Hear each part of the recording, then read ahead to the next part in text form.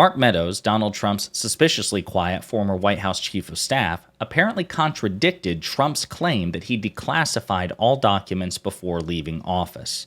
But before we unpack all that, if you haven't yet, please hit that like, subscribe, and the alert bell. Maybe check out my Patreon.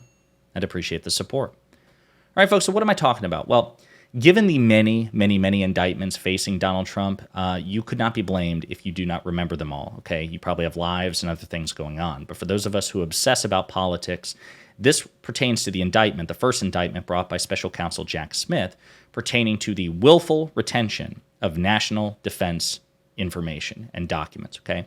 Now, this is basically, it's colloquially referred to as the classified documents case, but it's a bit of a misnomer because whether or not the documents were classified or declassified is basically irrelevant to the indictments. Jack Smith isn't, indicting Trump because he took documents that were classified, right?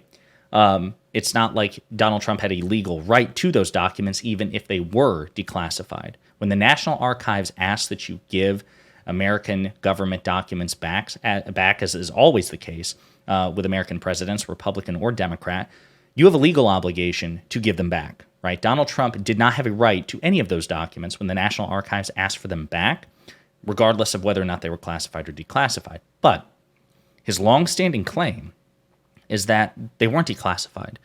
I declassified them. I was president of the United States. I had ultimate declassification authority. I don't even need to send a document. I can just, with the power of my mind, just declassify these documents. That has been the gist of his claims. He actually even said that he could psychically, telepathically declassify things. Now, why this is so important is because his former White House chief of staff, Mark Meadows, is now contradicting that notion. So we're going to play the clip and unpack it, but it's hilarious. But this morning, for the first time, ABC News can report key details about what Mark Meadows has told federal investigators about the classified documents case. From the moment federal authorities revealed they had found hundreds of documents marked classified at Mar-a-Lago, Donald Trump has insisted it was all declassified, something he repeatedly claimed in the months that followed. So when they left the White House, they were declassified. I took what I took, and it gets declassified. And by the way, they become automatically declassified when I took them. Everything was declassified because I had the right to declassify. But Mark Meadows, the man who served by Donald Trump's side as his chief of staff, has told investigators he was aware of no such broad declassification order, according to sources familiar with the matter. The sources tell ABC News Meadows told investigators that he had no idea Trump had brought classified documents and other official records with him to Mar-a-Lago, and that when the documents were first requested by the National Archives, he offered to help Trump go through the boxes he had taken from the White House to find and return official records. Meadows, according to sources, said the president did not accept his offer. All right, so there's so much to unpack here. Again, and I have to reiterate this. Number one, the classification status of these documents is ultimately irrelevant because classified or declassified, many of those documents had sensitive national defense information that, Jack Smith laid out in the indictment. Okay, so it was a security threat whether or not it was classified or declassified. Donald Trump should not have been, number one, retaining those documents, number two, showing them to random biographers and other people. Okay, it was wildly irresponsible. It had sensitive information about our national defense, the national defense of our allies. It endangered the lives of operatives and spies and informants all across this country. Okay, number one. Number two, again, when the National Archives insists that you give documents back, you don't have a right to keep them and to lie to the National Archives against them. So the classification part is effectively irrelevant. But Trump's claims also just need to be addressed, period. Now listen, it is true that when you're the sitting president of the United States, you do have ultimate declassification authority. You have, I think with very few exceptions, perhaps I think it's documents pertaining to nuclear secrets, right? Then you actually have to get other agencies to kind of sign off on it. It's just another check like, Mr. President, are you sure this is a good idea?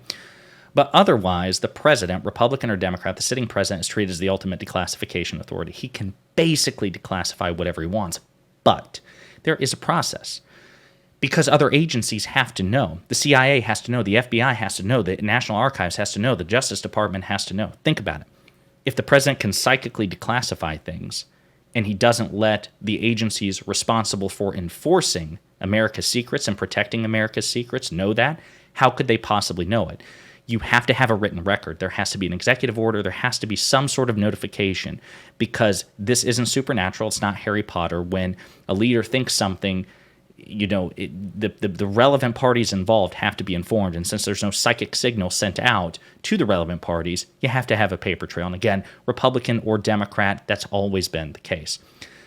So Mark Meadows, Donald Trump's former White House chief of staff, is saying, I am not aware of any sort of sweeping executive order or specific executive order declassifying these documents. And here's why this is important.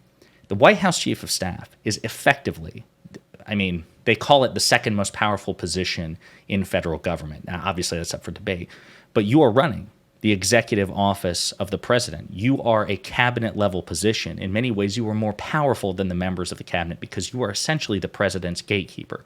And you should read a book, actually, by Chris Whipple, if you haven't yet, called Gatekeepers, and it's about the White House chiefs of staff. It's an incredibly fascinating book, talking about the chiefs of staff for Nixon and Reagan and Clinton and Obama, and I think it was published in late 2017, so I think it got through one or two of Trump's own White House chiefs of staff. It's an incredibly important position. It is arguably the single most important appointment position that a president can make, because the White House chief of staff is usually the person in charge of executing the president's agenda. The bottom line is Mark Meadows would be in a position to know, more than anybody, if there was a long-standing or sweeping executive order to declassify documents. And he's saying, no, I don't know. As a matter of fact, not only did I not know, but after I found out that the National Archives found out that there were classified documents taken, I offered to go through and help Trump sort them out so we can give them back. No thanks, Mark. We don't need you to do that. So, again, either way, it's not like this is particularly, I think, germane to the Jack Smith case, because Jack Smith would probably say, dude, it doesn't matter. You classify them or declassify them.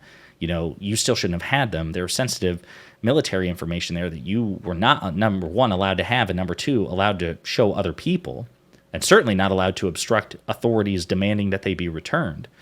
But in terms of once again proving that Donald Trump is a pathological liar and incredibly reckless and incredibly stupid, this is just more proof of that. So for whatever it's worth, Donald Trump's senior advisor, the most important person in that White House besides Trump himself when he was president, is like, I have no idea what this guy is talking about.